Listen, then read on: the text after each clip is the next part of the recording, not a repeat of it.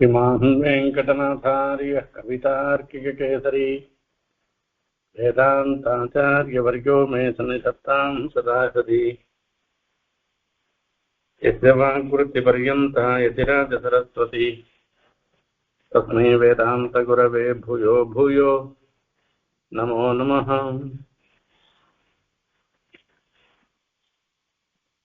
विशुद्धविज्ञानघनस्वरूपं विज्ञानविश्राणनबद्धदीक्षं भयान्धिं देहभृतां शरण्यं देवं हयग्रीवमहं प्रपद्ये।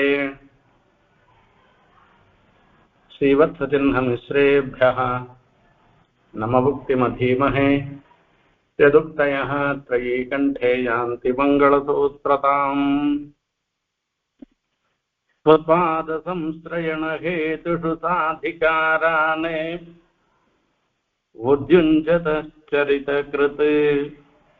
चरितकृत्स्नविधीश्च तास्तान् त्वं रक्षसीति महिमानतवालमेष माञ्चेदनीदृशमनन्यगतिं न रक्षेः।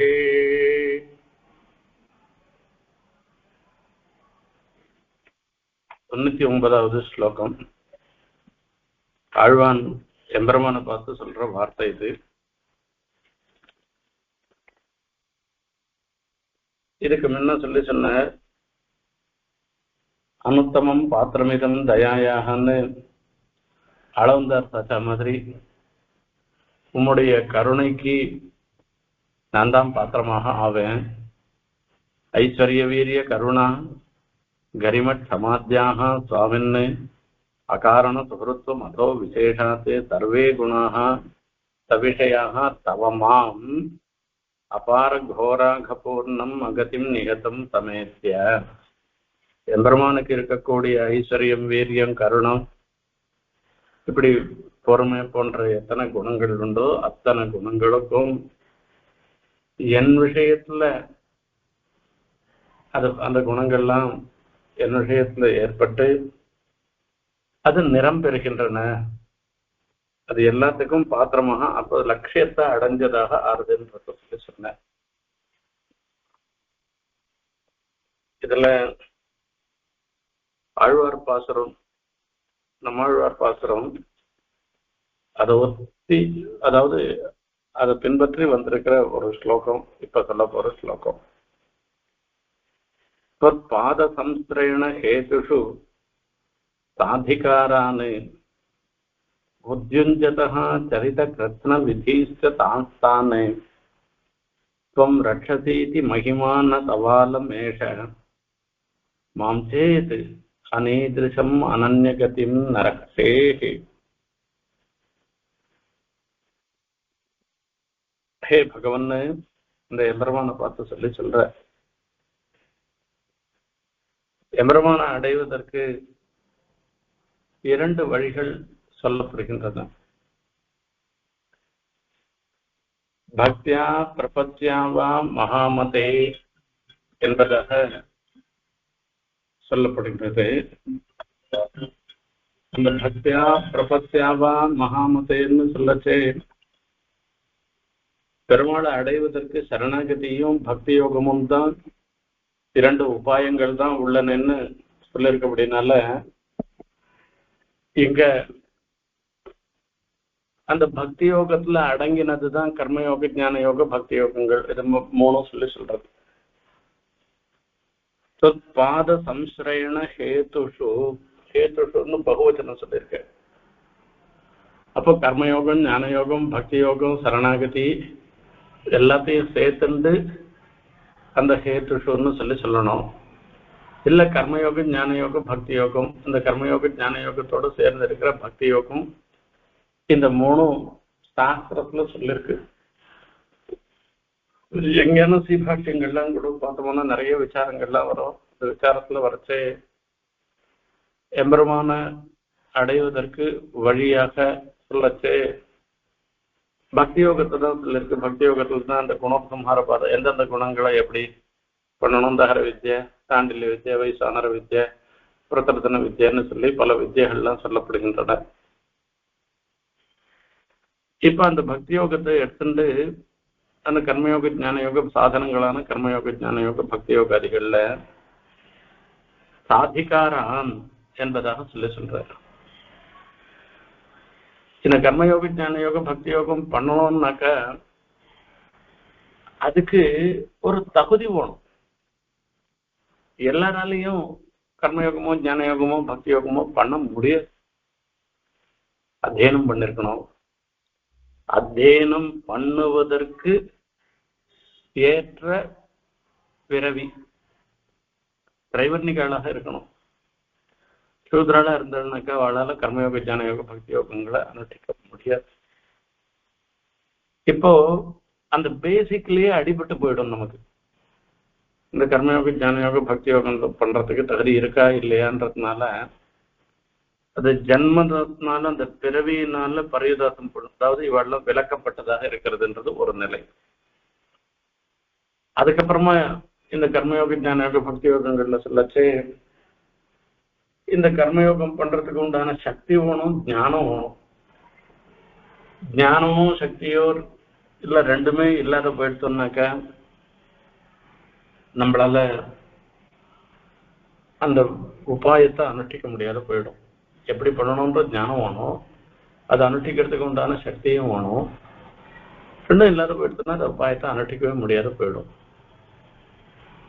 இப்படி பிறப்புனாலே கர்மயோக ஞான யோக பக்தி யோகம் பண்ணுவதற்கு தகுதி படைத்தவர்களாகவும், அதாவது பிறப்பினாலே விளக்க மாட்டாமை, இவா பண்ணக்கூடாதுன்றது இல்லாமல் இருக்கிற அந்த மாதிரி ஒரு பிறப்பு இருக்கிறவர்களுமாக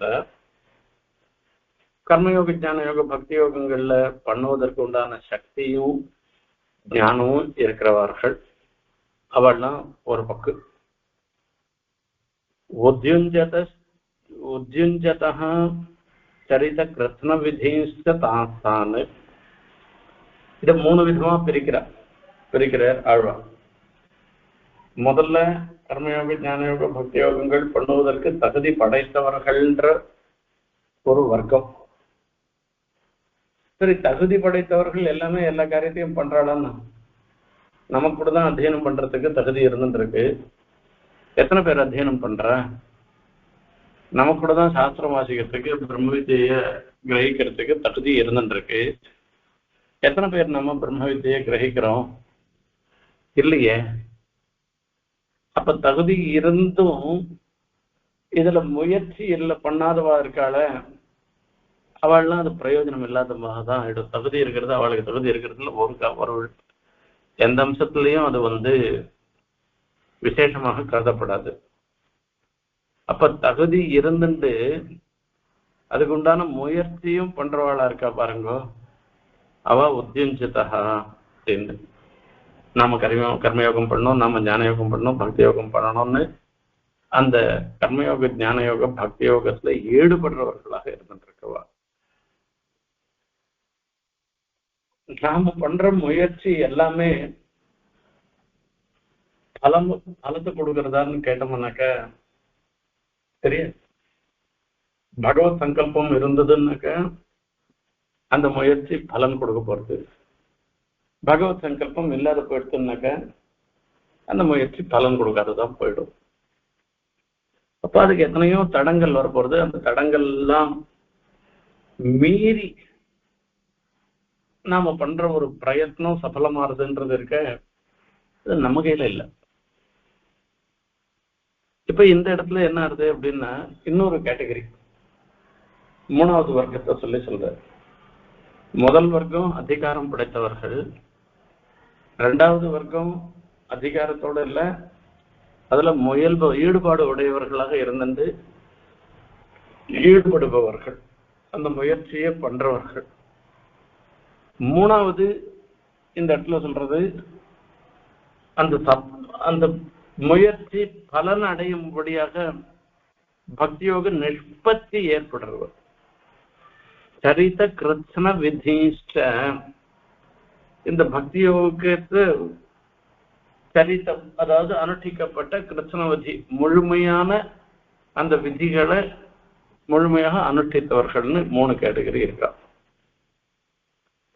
இப்படி இருக்கிறவாள துவம் ரக்ஷசி, நீ ரட்சிக்கிறேன்.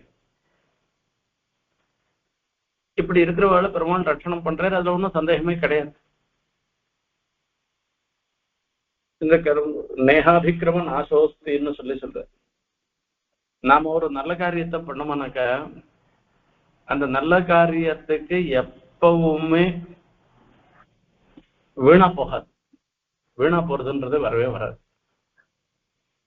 கண்டிப்பா அந்த நல்ல காரியத்துக்கு நல்ல பலன் நமக்கு வரதான் வரும்.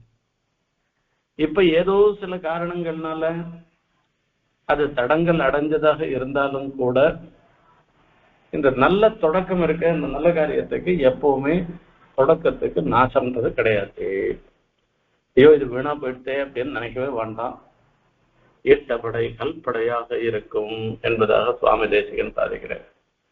இந்த கர்மயோகம் பண்றதுக்காக சில பேர் சில ஈடுபட்டு அவளால் ஞான யோகம் பக்தி யோகம் பண்ண முடியாது போயிடுச்சுன்னா கூட அவளுடைய முயற்சின்றது எப்பவுமே வீணா போகாது. இந்த கர்மயோகம் நல்ல காரியம் பண்ணது எப்பவுமே வீணா போகாதுன்றது இது சத்தியமான ஒரு விஷயம். இது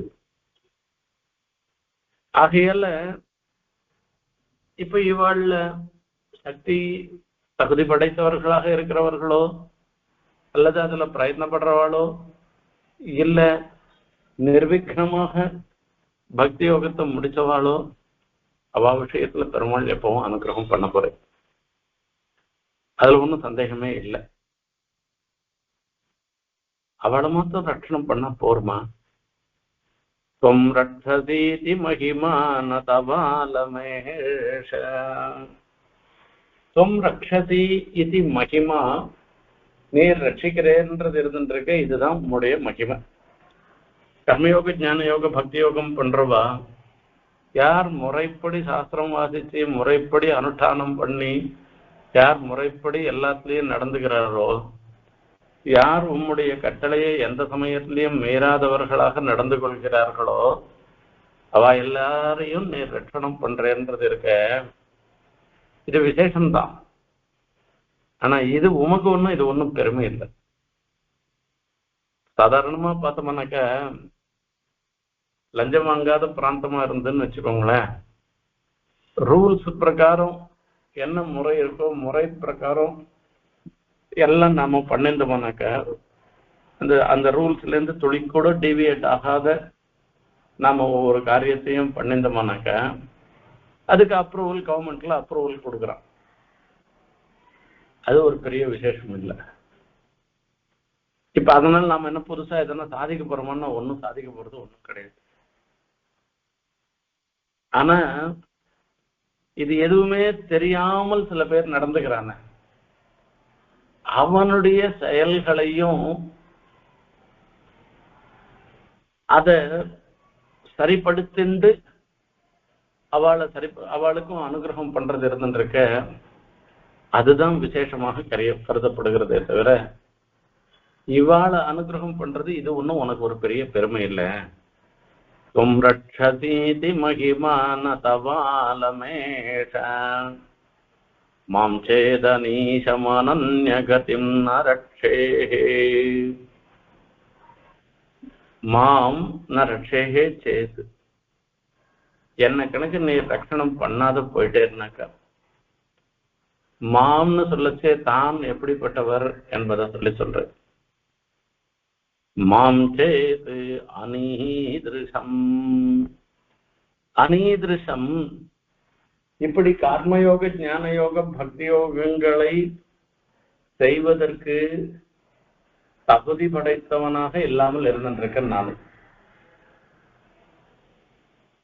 இல்ல. அப்படி தகுதி படைத்தவன்னு என்ன வச்சுண்டா கூட அதுல எந்த முயற்சியும் பண்ணாதவனாக நான் இருந்திருக்கேன். இல்ல முயற்சி பண்றதாகவே வச்சுட்டா கூட அது நிஷ்பத்தி ஏற்படல, பூர்த்தி ஏற்படாதவனாக நான்.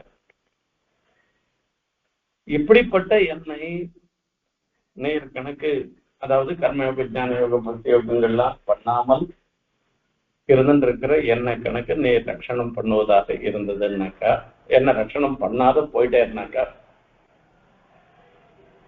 அனீதிருஷம் அனன்ய கதிம். சில பேர் சொல்லிப்பா அவனுக்கு என்னடா எத்தனையோ பேர் இருக்கா, யாரும் பார்த்துப்பா. கோவிலுக்கு போனோம்னாக்கா, இது என்னுடைய ஒரு நிஜமாவே ஏற்படக்கூடிய ஒரு விஷயம். இது பிராக்டிக்கலா பாக்குறோம்.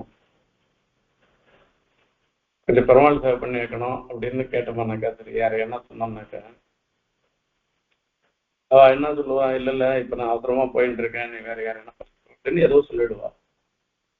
அதுக்கப்புறமா அவ சொல்லுவா, அவனுக்கு என்னடா நான் இல்லாட்டா யாரோ இருக்கா, எல்லாரும் தெரியும் அவனுக்கு, யார் மூலமா தான் போய் அவன் பெருமாளை சேவிப்பான் அப்படின்னு அவ நினைப்பான். அதனாலேயே அவ நம்மள கழட்டி விட்டுருவான். இப்போ என்ன சொல்ற அப்படின்னா, பெருமாள் பெருமாள் தவிர, அந்த சாட்சாத் ஸ்ரீமன் நாராயணன் தவிர வேற யாரும் என்ன ரட்சிக்கிறதுக்கு இல்லாத ஒரு நிலை. அனன்யகதி, நீ தவிர வேற யாரும் ரட்சிக்கிறதுக்கு இல்லாமல் இருந்துருக்கிற இந்த நிலையில மாம் ஏதின ரட்சே, இப்படி இருந்துட்டு இருக்கிற என்ன கணக்கு நேர் ரட்சிக்காத போயிட்டேன்னாக்கா அப்படின்னு அர்த்தம் இருக்கு. மாம் எதின ரட்சே, நேர் ரட்சிக்காத போயிட்டேன்னாக்கா, இந்த பேரு பெருசா பெருத்த பேர் வந்திருக்க, துவம் ரட்சதீதி மகிமா ந தவாலம், இவாளை மாத்திரம்தான் ரட்சிக்கிறேன்றது இருந்துருக்க, இது உமக்கு ஒரு பெருமையாகவே ஆகாது என்று சொல்றாரு. இந்த ஆழ்வானுடைய பாசுரங்கள், ஆழ்வார் பாசுரங்கள், இவைகள் எல்லாவற்றுக்குமே பார்த்தோம்னாக்கா அதுக்கு மூலம்னு ஒண்ணு இருக்கும். அதாவது தேசிகனுடைய சீசக்தி உள்பட எல்லாத்துக்குமே எடுத்துட்டோம்னாக்கா, எல்லாரும் பெரியவாள் போன வழியில போனோம்னாக்கா அது விசேஷம். இப்ப ஆழ்வார் சீசக்திகளுக்கெல்லாம் பார்த்தோம்னாக்கா அதுக்கு மூலமாக மகர்ஷிகளுடைய சீசக்திகள் பாகவதத்துல சொல்லியிருக்கோம், விஷ்ணு புராணத்துல சொல்லியிருக்கோம், இன்னும் எதனா ஒரு இதெல்லாம் சொல்லியிருக்கோம் ஆழ்வார் சீசக்திகள். அது அதை பேஸ் பண்ணிதான் ஆழ்வார் சீசக்திகள்ன்றது வரும். அது மகர்ஷிகளுடைய வார்த்தைகள்லாம் பார்த்தோம்னாக்கா வேதத்தின் மூலமாக சொல்லியிருக்கோம். இப்போ ஆழ்வார்களுக்கு பிற்பட்டவாளாக இருந்திருக்காள் இல்லையோ, அவா விஷயத்துல பார்த்தோம்னாக்கா அதுல இது எங்கேனா பாகவதத்துல சொன்னதா இருக்கும், பகவத் விஷயத்துல சொன்னதா இருக்கும், அதாவது ஆழ்வார் பாசுரத்துல சொன்னதா இருக்கும், அந்த மாதிரி எதனா இருக்குமே தவிர இதுக்கு ஒரு மூலம் இருக்கு. அது ரொம்ப அதையும் சேர்த்து அனுபவிச்சோம்னாக்கா அது இன்னும் விசேஷமாக இருந்திருக்கும். இதுக்கு மூலம் என்னன்னா நம்மாழ்வார் பாசுரம் தான் இங்க காரணம்.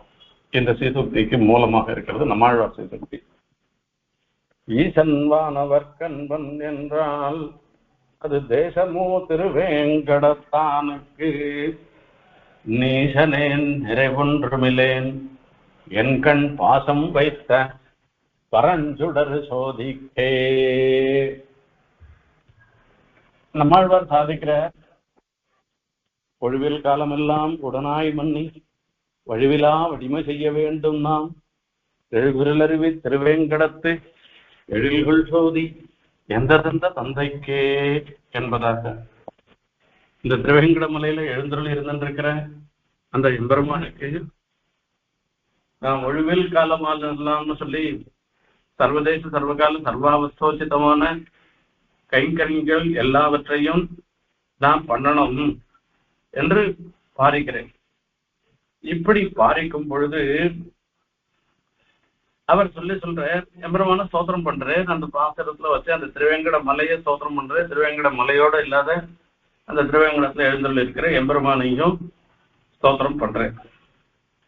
இப்படி ஸ்தோத்திரம் பண்ணிட்டே வரைச்சு அங்க விண்ணவரும் மன்னவரும் விரும்பும் வெறுப்பு என்றெல்லாம் சொல்ற மாதிரி நித்திய சூரியர்கள்லாம் நித்தியம் சேவிச்சுட்டு இருக்கிறவா அந்த பெருமான். அப்போ அந்த எம்பெருமானுக்கு எப்படி அவள்லாம் நித்திய சூரியர்கள் எல்லாம் நிச்சயம் அனுகிரகம் பண்றேன்னு சொல்றோமோ இல்லையோ, அந்த மாதிரி அனுகிரகம் பண்ற அந்த எம்பெருமான் அப்போ எண்ணில் தொல்புகழ் வானவர் ஈசனே அண்ணல் மாயன் அணிகுள் செந்தாமரை கண்ணன் செங்கனிவாய் கருமாணிக்கம் தென்னிறை சுனைநீர் திருவேங்கடத்து எண்ணில் தொல்புகழ் வானவர் ஈசனே என்பதாக சொல்ற இங்க நிறைய சுனைகள்லாம் தீர்த்தங்கள்லாம் நிறைய செறிந்ததாக இருந்திருக்கிற அந்த திருவேங்கட மலையில அந்த திருவேங்கடத்துல எழுந்துள்ள இருக்கிற எம்பெருமானுடைய அந்த கல்யாண குணங்களை எவ்வளவு நினைச்சு பார்த்தாலும் இவ்வளவுதான் சொல்ல முடியாததாக இருந்திருக்கிறவ அவர் வானவர் ஈசன். அந்த திருவேங்கடத்துல எழுந்தருளி இருந்தாலும் கூட ஸ்ரீவைகுண்டத்துல இருக்கக்கூடிய நித்தியசூரிகளையும் நியமிக்கிறவனாக இருந்திருக்கிறவன். அவன் மாயன், அவன் ஆச்சரியமான சக்தியை உடையவனாக இருந்திருக்கவன், ஆச்சரியமான தாமரை போன்ற திருக்கண்களை உடையவன் அப்படின்னு எல்லாம் சொல்ற. உடனே ஒரு வார்த்தை சொல்ற அடுத்தது, நீர் நித்தியசூரிகளாலே வணங்கப்படுபவராக இருக்க இது ஒண்ணும் உமக்கு ஒன்றும் பெருமை இல்லை. உமக்கு என்ன பெருமை அப்படின்னு சொன்னோம்னாக்க, ஈசன் வானவர்க்கென்பன் என்றால் அது தேசமோ திருவேங்கடத்தானுக்கு.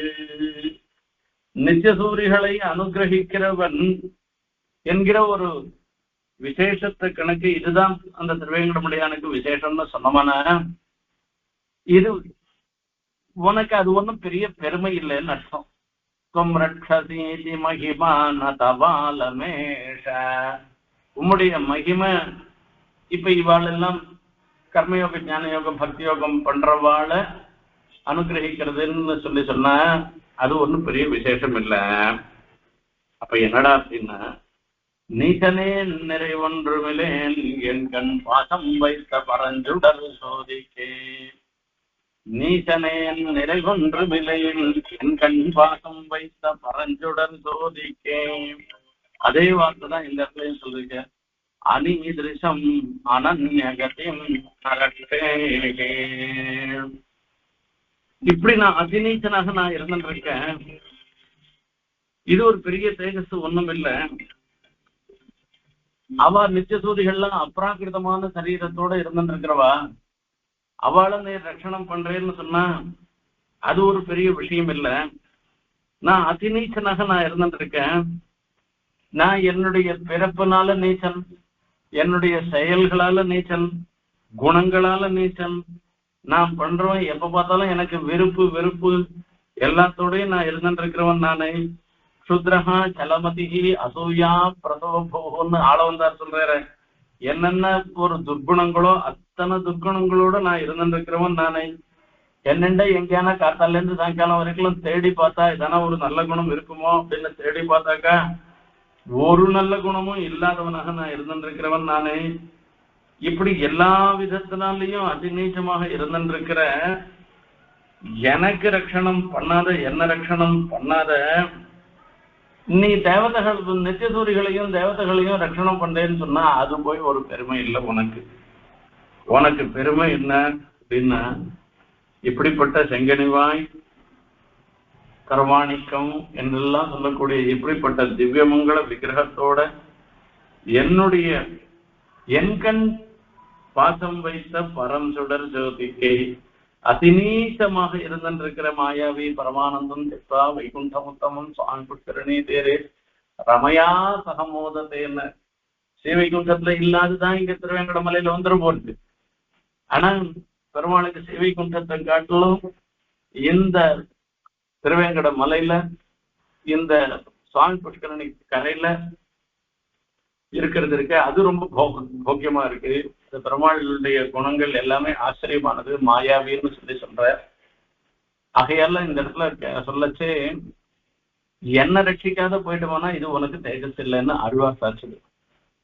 அதே மாதிரி இந்த இடத்துலயும் சொல்ற, மாம்சேது அனீதிருஷம் அனன்யகத்தின் நரக்ஷேகே, என்ன கணக்கு நீ ரட்சிக்காத போயிட்டே இருந்தாக்கா நரக்ஷேகே, அப்போ இது ஒரு நீர் பெரிய மகிமை எதுவும் உமக்கு வந்ததாக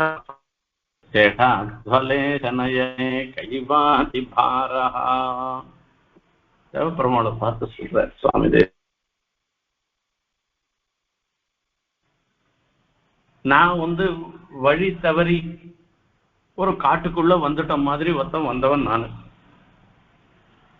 எனக்கு வந்த வழியும் தெரியல, போற வழியும் தெரியல. அஜ்ஞாத நிர்கமம் அநாகம வேதினம் மாஹம்.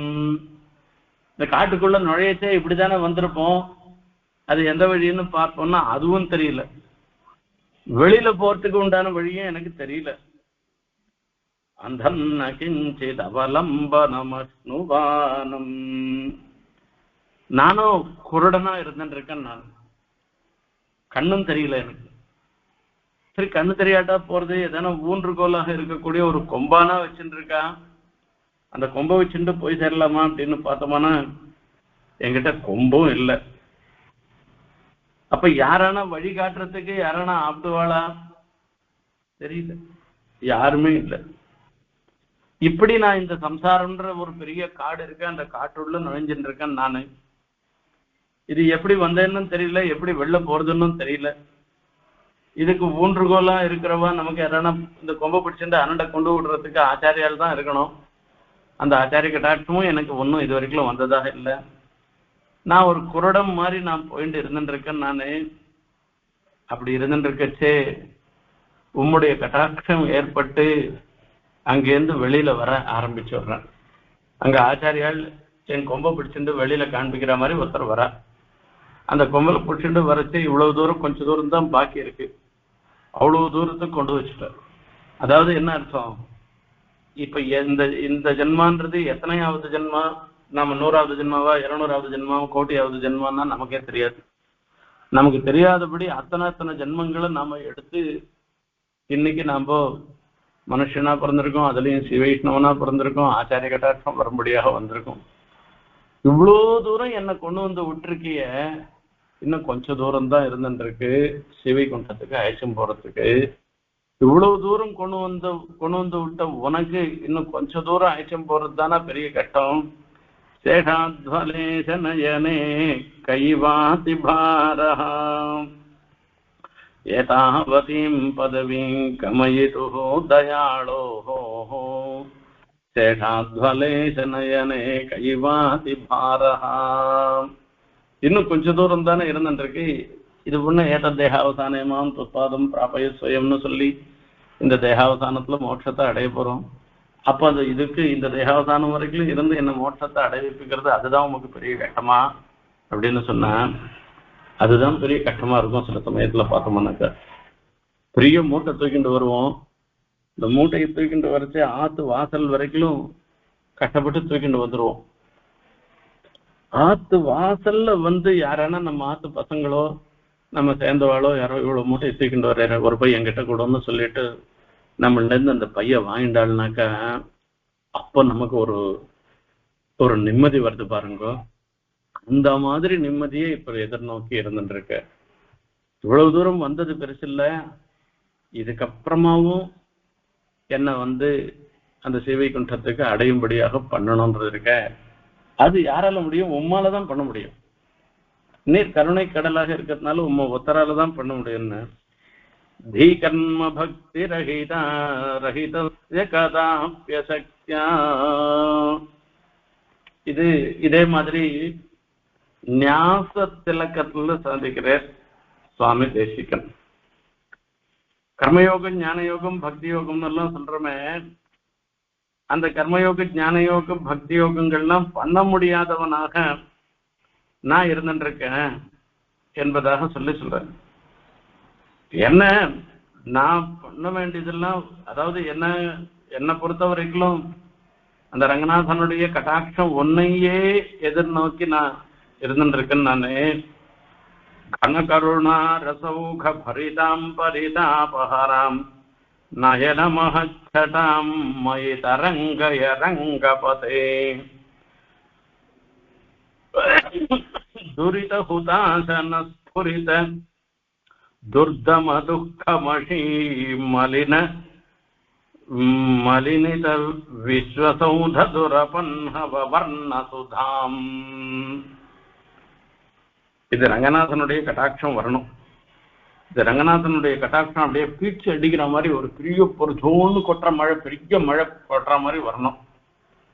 இது எப்படி இருக்குன்னாக்கா, சில சில சமயங்கள்ல நம்ம ஆண்கள்லாம் ரொம்ப அழுக்கடைஞ்சிடும். எத்தனையோ நாள் பெயிண்டிங்லாம் பண்ணாத இருந்து அப்படியே இதுவா போயிடும். அப்போ கொஞ்சம் போரும் ஜலத்தை கொட்டி அலம்பிலாம் அது போகாது. அது எப்படி பண்ணணும் அப்படின்னா, அது ஒரு அப்படியே பீச்சு அடிக்கிற மாதிரி ஜலத்தை கொட்டி அதுக்கப்புறமா போனாதான் வரும் அது. அந்த மாதிரி எனக்கு உம்முடைய கட்டாட்சம் கொஞ்சம் நெஞ்செல்லாம் விழுந்தா போறாது, மொத்தம் போய் வரணும். அந்த மாதிரி இருக்கணும்னா சரி. இப்ப கர்மயோக, ஞான யோகம், பக்தி யோகம்லாம் இருக்கேன், அதெல்லாம் பண்ணிக்கலாமே அப்படின்னா, கர்ம பக்தி ரஹிதஸ்ய கதாப்யசக்த்யாம் ரங்கேஷ பாவ கலுஷ பிரணதி த்வயோக்தே கிரஹே மனே பலம் பிரபல துஷ்கிருதசாலினோ மே தொன்மூல தேசிக கட்டாட்ச நிபாதமாத்யம். நான் என்னை பொறுத்த வரைக்கும் கர்மயோகம், ஞான யோகம், பக்தி யோகம்லாம் எதுவுமே பண்ணுவதற்கு நான் சக்தி இல்லாதவனாக இருந்துருக்கேன் நானு. ஆகையால சரி என்னமாவது நன்னா இருந்துருக்கா, அதுவும் இல்லை. ஏன்னா துவயத்தை உச்சரிக்கிறது, இதுல போய் துவயார்த்தத்தை அனுசந்தானம் பண்றது எதனா இருந்துருக்கா, அதையும் சொல்ல முடியாது. நான் இருக்கிற எனக்கு என்னை பொறுத்த வரைக்கும் பரண்யாசம், துவயத்தை உச்சரித்தல், இது ரெண்டு தான் நான் பண்றேன், வேற ஒண்ணுமே இல்லை எனக்கு.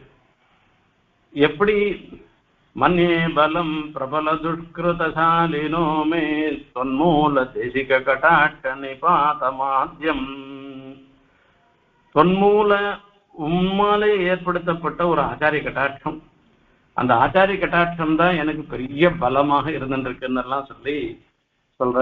இந்த மாதிரி சுவாமி தேசிகனும் இதே ஆழ்வான் போன வழியில இந்த சரணாகதியினுடைய விசேஷத்தை, அகிஞ்சனாக இருக்கிறவாள் அவள் எம்பெருமான் இடத்துல சரணாகதி பண்ணாள்னாக்கா அவளை ரட்சணம் பண்றதுதான் பெருமாளுக்கு ஒரு முதற்கடமையாக இருந்துருக்கு. பெருமாள் அதையே தான் விசேஷமாக நினைக்கிறார்.